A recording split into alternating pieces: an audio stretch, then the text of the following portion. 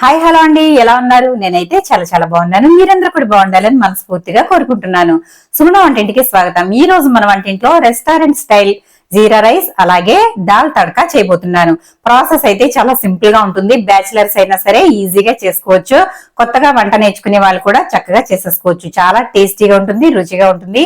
మరి ఏ విధంగా తయారు చేసుకోవాలో చూసేద్దామా? Welcome back to my channel.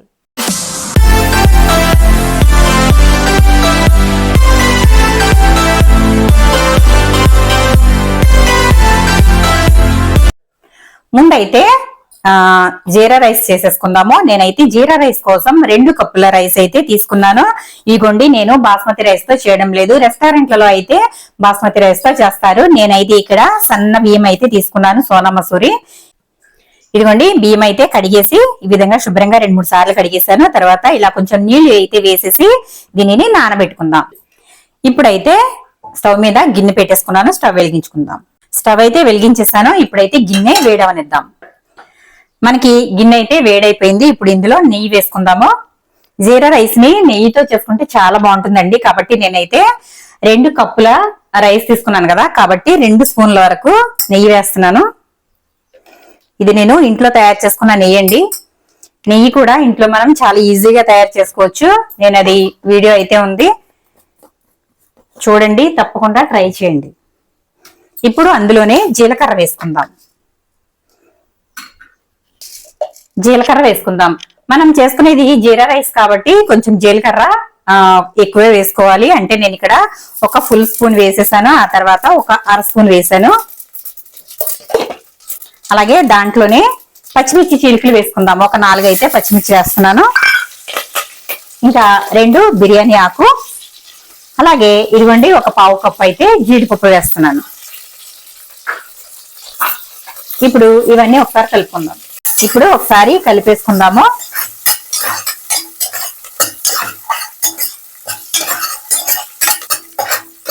ఇప్పుడు ఈ పచ్చిమిర్చి అలాగే జీడిపప్పు కొంచెం రంగు అయితే రానిద్దాము. ఇప్పుడు ఇందులోనే ఫ్రెష్ గా దంచి పెట్టుకున్న అల్లం వెల్లుల్లి పేస్ట్ అయితే వేసుకుందాము. కచ్చపచ్చగా దంచుకుంటే బాగుంటుందండి. ఇదిగోండి, ఇలా ఉంటే బాగుంటుంది. నేనైతే ఇదిగోండి చూడండి, ఒకసారి ఇలా కచ్చాపచ్చగా దంచుకున్నది ఒక చిన్న స్పూన్లు 2 స్పూన్లు వేసాను. ఇప్పుడు ఇదంతా ఒకసారి కలిపేసుకుందాం. చాలా సింపుల్ గా అయిపోతుందండి. చిటికలో చేసేసుకోవచ్చు జీరా రైస్. అప్పటికప్పుడు లంచ్ బాక్స్ లో కానీ ఎవరైనా చుట్టాలు వచ్చినప్పుడు కానీ ఈ విధంగా జీరా రైస్ చేసి పెట్టండి, చక్కగా తినేస్తారు. ఇలా ఒకసారి అంతా బాగా కలిపేసుకోవాలి. అల్లం వెల్లుల్లి కూడా చక్కగా వేగిపోయింది. చూసారు కదా ఎంత సింపుల్ గా అయిపోయిందో, చూడండి ఒకసారి. ఇప్పుడు దీంట్లో వాటర్ వేసుకుందాం. ఇదిగోండి, నేనైతే రైస్ కప్ తో 2 కప్పుల బియ్యం అయితే తీసుకున్నాను కదా, అంటే దీంతో 1.5 కప్పు అయితే లెక్క వస్తుందండి. కాబట్టి నేను దీంతో 3 కప్పులు అయితే వాటర్ వేస్తున్నాను. మీరు బాస్మతి రైస్ తీసుకుంటే గనక వాటర్ అనేది 1కి 1 మాత్రమే వేసుకోవాలి. నేను ఇక్కడ సన్నబియ్యం సోనా బియ్యం తీసుకున్నాను కాబట్టి 1కి 1.5 వేస్తున్నా, 1కి 2 వేస్తున్నాను.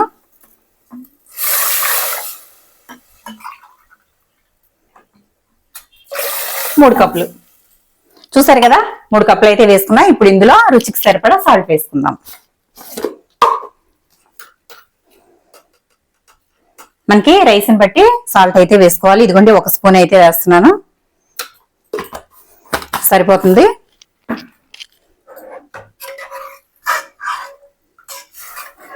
ఇప్పుడు ఈ ఎసర్ని బాగా తెరల కాగనివ్వాలి. మూత పెట్టేసుకుందాం. మూత పెట్టేసి ఇప్పుడు ఎసరు అయితే మరగనిద్దాం. ఈ లోపు మనం దాల్ తడకాకి అయితే రెడీ చేసుకుందాం.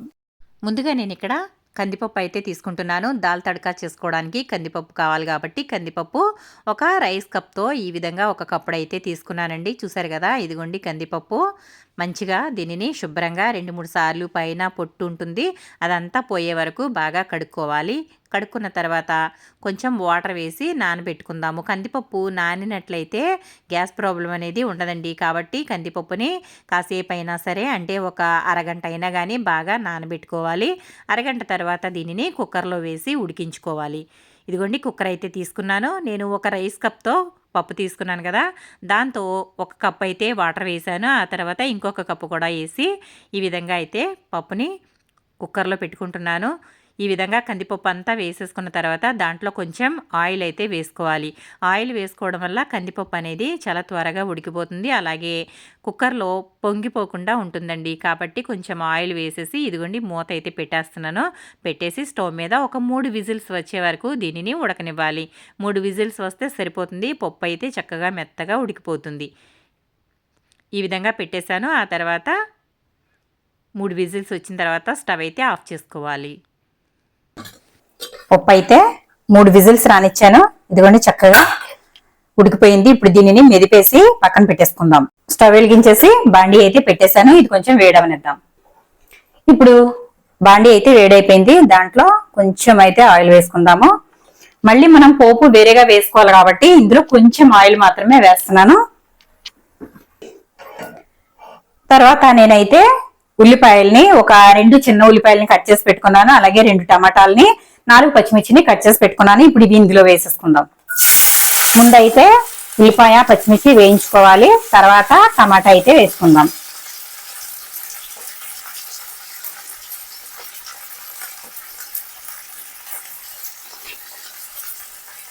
పచ్చిమిర్చి కూడా వేసుకుందాము.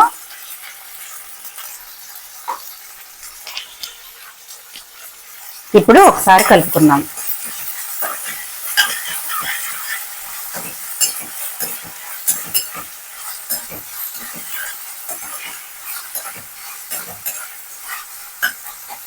ఇది కొంచెం మగ్గనిద్దాం. మనకి పక్కన ఎసరు కూడా మరిగిపోతుందండి. కాబట్టి ఇప్పుడు మనం అయితే ఒకసారి కలిపేద్దాము. ఎసరు అయితే తెరల కాగుతుంది చూడండి ఒకసారి. ఈ విధంగా ఎసరు మరుగుతుంది కదా. ఇప్పుడు ఇందులో బియ్యం వేసేసుకుందాం. ఇప్పుడు నానబెట్టుకున్న బియ్యం అయితే ఇందులో వేసేసుకుందాం. వాటర్ రాకుండా వేసుకోవాలి. వాటర్ ఎక్కువైతే అన్నము ముద్ద అయిపోతుందండి. కాబట్టి వాటర్ రానివ్వకుండా వేసుకోవాలి. ముందు వాటర్ వంచేసుకుని కూడా తర్వాత బియ్యం వేసుకోవచ్చు.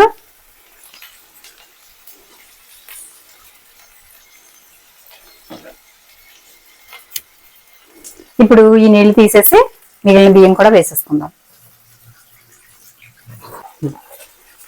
బియ్యం కూడా వేసేసుకుందాం. చూసారు కదా ఎంత సింపుల్ గా అయిపోయిందో. జీరా రైస్ అంటే ఎక్కువ టైం పట్టదండి. చాలా త్వరగా అయిపోతుంది. దీనిని ఇంకో రకంగా కూడా చేసుకోవచ్చు. మనం రైస్ వండుకుని ఉంటుంది కదండి. రైస్ మిగిలిపోయినప్పుడు ఏ కర్రీ లేనప్పుడు చక్కగా పోపు వేసేసుకుని జీలకర్రతో పోపు అయితే వేసేసి ఉడికించుకున్న అన్నాన్ని దాంట్లో వేసేసి కలిపినా కూడా జీరా రైస్ అయితే రెడీ అయిపోతుంది. ఎలా చేసినా ఒకేలా ఉంటుందండి. చాలా బాగుంటుంది. మధ్యలో ఒకసారి ఉల్లిపాయలు కలిపేసుకుందాము. ఉల్లిపాయలు ఇవైతే మగ్గిపోయాయి. ఇందులో టమాటా కూడా వేసేసుకుందాం.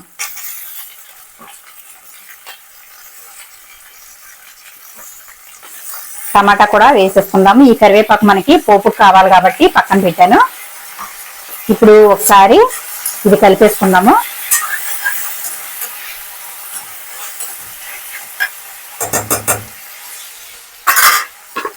మనం ఉల్లిపాయ టమాటా వేసాం కదా. ఇందులో కొంచెం అయితే సాల్ట్ వేద్దాము. ఈ విధంగా సాల్ట్ వేసుకుంటే మనకి ఉల్లిపాయ టమాటా చాలా త్వరగా మగ్గుతుంది. నేను ఒక 1/2 స్పూన్ అయితే వేసాను. వేసిన తర్వాత ఒకసారి ఇలా బాగా కలిపేసుకుందాము. ఇది కలిపేసాం కదా. ఇప్పుడు దీని మీద మూత పెట్టేద్దాం. మూత పెట్టేసి చిన్న మంట మీద పెట్టుకుందాం. అంటే మీడియం సైజ్ మంట మీద పెట్టుకుందాం. ఆ తర్వాత ఒకసారి రైస్ కూడా చూద్దాం. ఇదిగోండి ఒకసారి ఇలా బాగా కలిపేసుకోవాలి. చూసారు కదా. ఇలా కలిపేసుకున్న తర్వాత ఇది కూడా మూత పెట్టేసుకుందాం. ఇప్పుడు ఒకసారి అయితే టమాటాలు తిప్పుకుందాము. టమాటాలని తిప్పుదామండి ఒకసారి. చూసారు కదా టమాటా చక్కగా మగ్గిపోయింది. ఇది ఇంకొంచెం మగ్గనిద్దాం. మూత పెట్టేసి ఒక 2 నిమిషాల పాటు మగ్గనిద్దాం. ఈ లోపు ఒకసారి రైస్ కూడా చూసేద్దాం.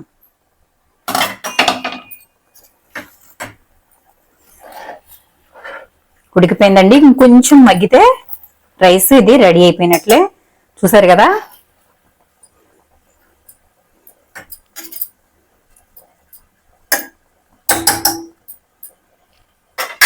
చూడండి చక్కగా రైస్ అయితే దగ్గరకు వచ్చేసింది. ఇంకొంచెం మగ్గితే సరిపోతుంది. మనం ఎసరు కరెక్ట్ గా వేసాం కదా కాబట్టి ఇదిగోండి ఇలా పొడి పొడిగా ఉంటుంది, మెతుకు మెతుకు లాగానే ఉంటుంది. కలిపేసుకుందాము. ఇదిగోండి చక్కగా టమాటా ఉల్లిపాయ అంతా మగ్గిపోయింది. ఇప్పుడు ఇందులో ఉప్పు కారాలు అయితే వేసేసుకుందాం. మనం సాల్ట్ వేసాం కదా ఒక 1/2 స్పూను, అది సరిపోతుంది కాబట్టి 1 స్పూన్ అయితే కారం వేస్తున్నాను.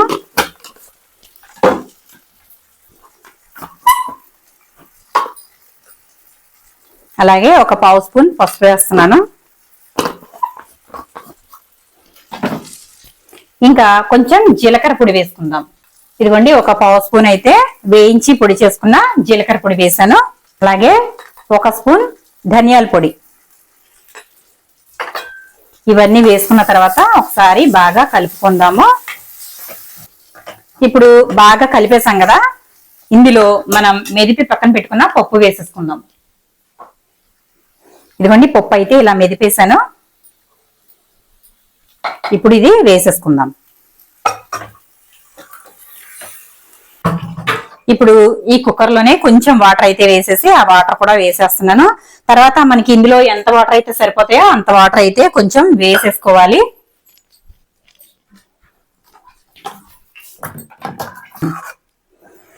ఇప్పుడు ఇలా కలుపుకున్న తర్వాత వాటర్ వేసుకుందాము. ఇది ఇంకొంచెం సేపు అయితే ఉడకాలి. అలా ఉడికితేనే దీని టేస్ట్ అనేది బాగా వస్తుంది. ఇలా కలుపుకోవాలి. ఇలా కలుపుకుంటూ కొంచెం వాటర్ వేసుకుందాము.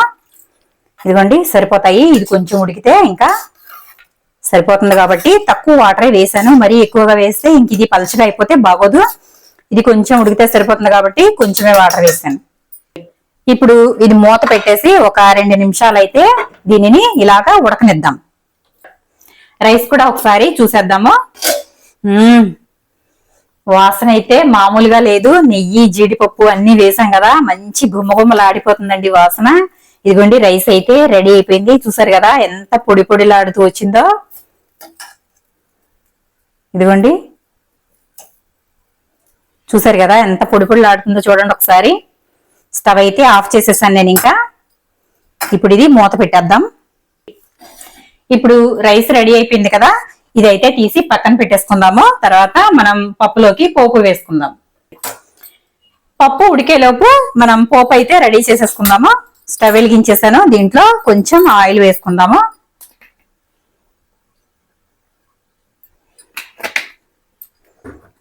ఆయిల్ కొంచెం కాగనిద్దాం. ఇప్పుడు ఆయిల్ అయితే వేడైపోయింది. ఇందులో మనం పోపు దినుసులు వేసుకుందాము.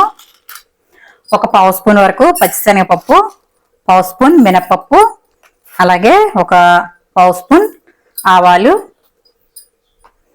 ఒక 1/2 స్పూన్ జీలకర్ర. ఇవి వేసాం కదా, ఒక 2 ఎండుమిర్చి ఇవి కూడా వేసేసుకుందాము. కరివేపాకు వేసుకుందాం. కరివేపాకు కూడా వేసుకోవాలి.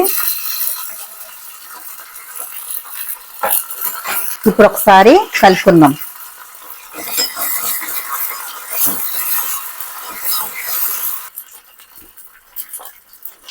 కరివేపాకు కొంచెం వేగనిద్దాము.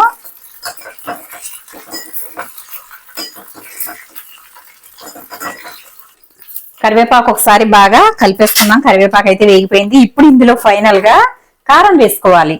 పప్పు అయిపోయిన తర్వాత కారం ఏంటి అనుకుంటున్నారా? ఇలా వేసుకుంటేనే రెస్టారెంట్ స్టైల్ దాల్ తడకా అనేది వస్తుంది. మంచి కలర్ఫుల్ గా వస్తుందండి. చాలా చాలా బాగుంటుంది. నేనైతే 1/2 స్పూన్ వేసాను కారం. ఇప్పుడు ఇది ఒకసారి ఇలా కలిపేసుకోవాలి. ఇలా కలుపుకున్న తర్వాత పోపు అనేది అస్సలు మాడనివ్వకూడదు. ఇలాగ వేయగానే స్టవ్ అయితే ఆఫ్ చేసేయాలి. కారం మంచి కలర్ వచ్చేసింది. ఇప్పుడు ఇది దాంట్లో వేసేసుకుందాం. పప్పు చిన్న మంట పెట్టాను. ఇప్పుడు ఇందులోనే డైరెక్ట్ గా స్టవ్ ఆపకుండానే ఈ పోపు వేసేసుకోవాలి. చూడండి ఒకసారి దగ్గరగా ఎంత మంచి కలర్ వచ్చిందో చూడండి ఒకసారి. కారం కలర్ అదిరిపోయింది కదా. ఇప్పుడు ఒకసారి ఇది ఇలా కలిపేసుకుని ఒక 2 నిమిషాల పాటు దీనిని ఉడకనిచ్చి స్టవ్ అయితే ఆపేసుకుంటే దాల్ తడకా రెడీ అయిపోతుంది. చూసారు కదా పోపు అయితే పెట్టేశాను. ఇంకా 2 నిమిషాల పాటు ఇలా ఉడకనిచ్చేసి స్టవ్ అయితే ఆపేసుకుందాము. Tasty tasty dal tadka ready అయిపోతుంది. జీరా రైస్ లో గానీ ఇంకా మామూలు వైట్ రైస్ లో కానీ చాలా చాలా టేస్టీగా ఉంటుంది. సింపుల్ గా అయిపోతుందండి. పప్పు ఉడికించుకుంటే చాలు, నిమిషాల్లో వంట అయిపోతుంది. మరి ఎవరైనా ఇంటికి చుట్టాలు వచ్చినప్పుడు చక్కగా ఇలా చేసి పెట్టండి, ఫిదా అయిపోతారు. 2 నిమిషాలు అయిపోయిందండి. ఇప్పుడు స్టవ్ అయితే ఆఫ్ చేసేసుకుందాము. టేస్టీ టేస్టీ దాల్ తడక రెడీ అయిపోయింది. ఒకసారి చూడండి ఎంత బాగుందో, చాలా బాగుంటుంది. టేస్ట్ అయితే అదిరిపోతుంది. ఇలాంటి సమయంలో ఒకసారి ఉప్పు అయితే చూసుకుని ఉప్పు అయితే అడ్జస్ట్ చేసేసుకోండి. పప్పు అయితే రెడీ అయిపోయింది. స్టవ్ అయితే ఆపేసాను ఇంకా నేను. ఇప్పుడు ఇది సర్వ్ చేసేసుకుందాం. చూసారు కదండి, జీరా రైస్ అలాగే దాల్ తడక రెడీ అయిపోయింది. చూడండి ఎంత కలర్ఫుల్ గా ఉందో. టేస్టీ టేస్టీ జీరా రైస్ అలాగే దాల్ తడక చాలా సింపుల్ గా అయిపోతుందండి. లంచ్ బాక్స్ లో పిల్లలకి కూడా చక్కగా చేసి పెట్టేయచ్చు. ఈ జీరా రైస్ లోకి పెరుగు చట్నీ కూడా చాలా బాగుంటుంది. వట్టిదే కూడా తినేయచ్చు, ఎందుకంటే జీడిపప్పులు ఉన్నాయి కదా. చాలా టేస్టీగా ఉంటుంది. రైస్ అయితే మామూలుగా చాలా ఫ్లేవర్ గా ఉంటుందండి. జీలకర్ర కదా, చాలా ఫ్లేవర్ గా ఉంటుంది. వట్టిది కూడా తినేయచ్చు, అలాగే వట్టి రైతాతో కూడా తినొచ్చు, ఇంకా ఈ విధంగా తినొచ్చు, ఇంకా నాన్ వెజ్ కర్రీస్ తో కూడా తినొచ్చు. ఇప్పుడు నేనైతే టేస్ట్ అయితే చేయబోతున్నాను. నాకైతే నోరు ఊరిపోతుందండి. స్మెల్ అయితే మామూలుగా లేదు. ఇప్పుడు కొంచెం దాల్ తడక వేసుకుందాము. మంచి స్మెల్ వస్తుందండి, చాలా చాలా బాగుంది. వేడివేడిగా ఉంది, పొగలు కక్కుతుంది. వేడిగా పెట్టుకుంటే నోరు కాలిపోతుందండి.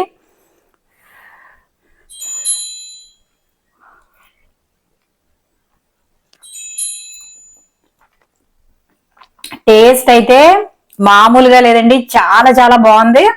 అద్దిరిపోయింది. ఫ్లేవర్ అయితే చాలా చాలా టేస్టీగా ఉంది.